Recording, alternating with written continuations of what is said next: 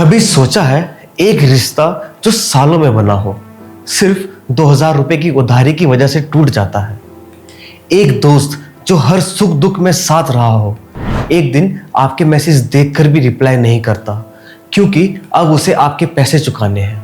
और कभी कभी तो कोई अपना सिर्फ इसलिए पराया हो जाता है क्योंकि आपने वक्त पर उसकी मदद नहीं करी। उधार, ये शब्द जितना छोटा है उतना ही बड़ा असर करता है। पैसे का लेन देन सिर्फ एक आर्थिक क्रिया नहीं होती, ये रिश्तों का एक्सरे होता है। ये दिखाता है कि कौन सिर्फ आपके साथ है और कौन आपके सहारे। कुछ लोग ऐसे होते हैं जो वाकई मुश्किल में होते हैं। उनके लिए किसी से उधार मांगना खुद से हार मानने जैसा होता है। वो एक एक दिन गिनते हैं कि कब पैसा वापस कर सकें, क्योंकि उनके लिए उधार लेना कोई सुविधा नहीं, एक मजबूरी होती है।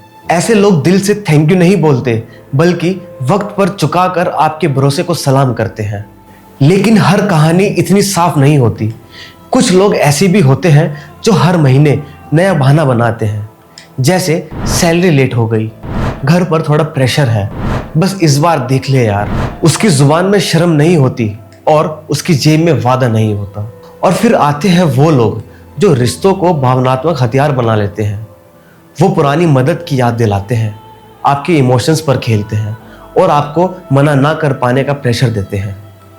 उनके लिए आपकी मदद सिर्फ एक दरवाजा नहीं, एक आदत बन जाती है। और जब आप कभी ना कहते हैं तो वही रिश्ते की गर्मजोशी ठंडी पड़ जाती है। सबसे खतरनाक होते हैं वो जो पहले आपका भरोसा जीतते हैं, अच्छा व्यवहार, छोटी मोटी मदद और अपनापन दिखाते हैं, और फिर एक दिन बड़े अमाउंट के नाम पे बड़े सपने दिखाकर बड़े आराम से गायब हो जाते हैं। कभी कभी तो लगता है जैसे कुछ लोगों के लिए उधार लेना कोई मजबूरी नहीं, एक आदत बन गया है। उनकी जिंदगी का हर प्लान किसी और के पैसों पर टिका होता है। अपने खर्चे बड़े स्टाइल में करेंगे, जैसे नए फोन्स, आउटिंग्स, पार्टीज, सब कुछ। पर जब पैसा वापस करने की बारी आती है तो याद आता है कि हाथ टाइट चल रहा है यार। ऐसे लोग सिर्फ पैसे नहीं लेते, वो किसी का भरोसा लेते हैं और बदले में देते हैं झूठे वादे, मिस्ड कॉल्स और सीन जोन्स। अगर तुम्हारे लिए पैसा मांगना इतना आसान है तो कमा लेना भी सीखो। हर बार किसी और के जेब पे जीना ये जरूरत नहीं, ये तुम्हारा कैरेक्टर दिखाता है। और जब बात सिर्फ फीलिंग्स की नहीं बल्कि फैक्ट्स की होती है तब समझ आता है कि उधार का लेन देन सिर्फ पर्सनल मैटर नहीं बल्कि एक सोशल और साइकोलॉजिकल बिहेवियर भी है। चलिए कुछ रिसर्च और रिपोर्ट्स पे भी नजर डालते हैं। हार्वर्ड बिजनेस रिव्यू में 2022 में छपी एक स्टडी के मुताबिक फ्रेंडशिप बेस्ड लेंडिंग अक्सर रिश्तों को कमजोर कर देता है अगर रिपेमेंट एक्सपेक्टेशंस पहले से क्लियरली डिफाइन न की गई हो। इंडियन इंस्टीट्यूट ऑफ साइकोलॉजी की 2021 की रिपोर्ट कहती है 70% पर्सनल उधार ट्रांजैक्शन दोस्ती या परिवार के रिश्तों को नुकसान पहुंचाते हैं अगर पैसा वक्त पे वापस ना किया जाए। और RBI, reserve bank of India की 2020 की रिपोर्ट के मुताबिक इंडिया में लगभग 40% उधार बिना किसी रिटर्न डॉक्यूमेंट के किया जाता है। इनमें से 60% केसेस में बाद में डिस्प्यूट या मिसअंडरस्टैंडिंग हो जाती है। सोचिए, जहां सिर्फ भरोसा होना चाहिए था वहां सिर्फ इसलिए रिश्ते टूट जाते हैं क्योंकि पैसों का हिसाब क्लियर नहीं होता। लेकिन कहानी सिर्फ मांगने वालों की नहीं होती, देने वालों की भी अलग अलग होती है।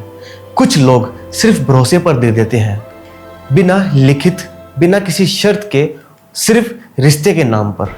और जब पैसा वापस नहीं मिलता तो पैसा जाने का दर्द कम होता है, रिश्ते जाने का दर्द ज्यादा होता है।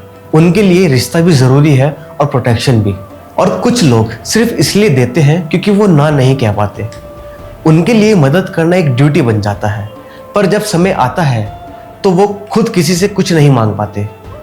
फिर आते हैं वो जो उधार देने में भी फायदा देखते हैं, दिखावा करते हैं दोस्ती का, लेकिन अंदर ही अंदर मुनाफा गिन रहे होते हैं। ये सब सिर्फ पैसे से नहीं, रिश्ते निभाने के तरीके से पहचाने जाते हैं, क्योंकि असली चेहरा तब समझ आता है जब बात पैसों की होती है। वो पल जब या तो रिश्ता गहरा होता है या उसी वक्त बिना किसी आवाज के टूट जाता है। इसलिए हर उधार एक नंबर नहीं, एक कहानी होती है, और हर कहानी एक चेहरे को समझने का जरिया।